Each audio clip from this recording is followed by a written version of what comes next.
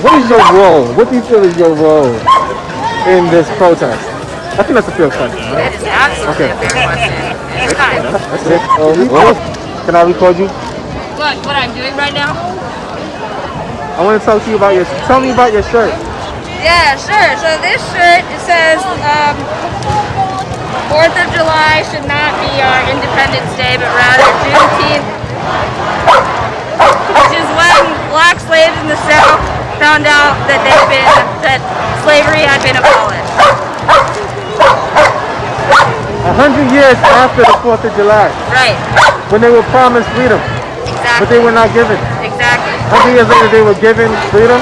They were not even given freedom then, but it was the start of black people being seen in this country. Is this truly land of the free? No, absolutely not. Even a little bit. If it was land of the free, then we wouldn't have cops killing black people. If it was land of the free, we wouldn't have black people incarcerated at way higher rates than white people.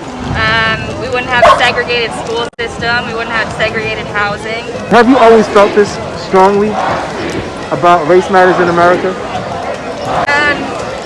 I started studying this. I studied ethnic studies in school, and that was when probably like how old am I? 26.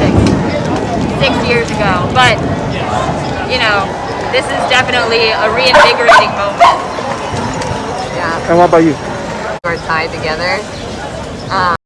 But definitely, it's definitely more powerful now because it has to be. What is your role? What do you feel is your role in this protest? I think that's a fair question, right? That is absolutely a fair question. I think that our role in this movement is to educate ourselves by reading what black authors, black politicians, black thinkers have to say about this movement, and educating white folks as well, because that can't rest entirely on black people. But then in these protests specifically, I just come here to bring my body and my voice, but in following whatever the black leaders need from us. Yeah, I was going to say essentially the same thing.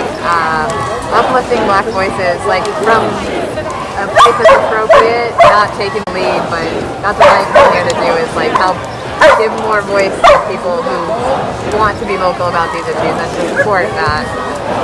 I guess the reason for my question is trying to get a sense of the longevity behind this unification that we see, currently, Yeah. We were just talking. If you know what I'm saying, if it's a race thing, right? It's Black Lives Matter thing. How far will white people who are involved are willing to go?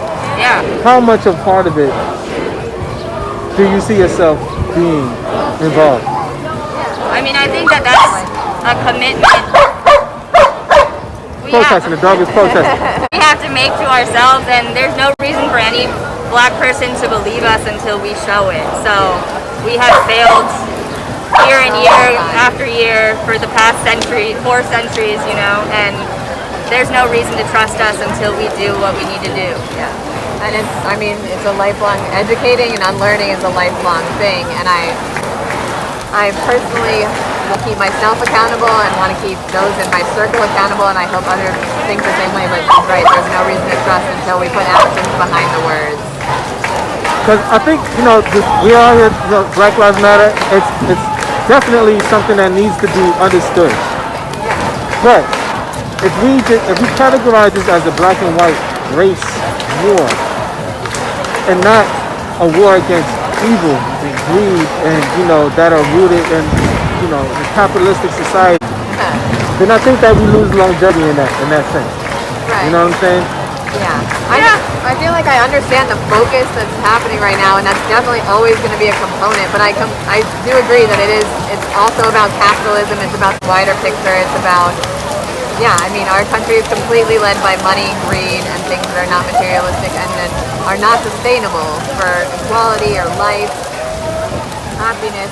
Tons of sides, I would agree. But I understand that this is the focus right now, and we need to uplift that. Right. Okay. Awesome. Yeah.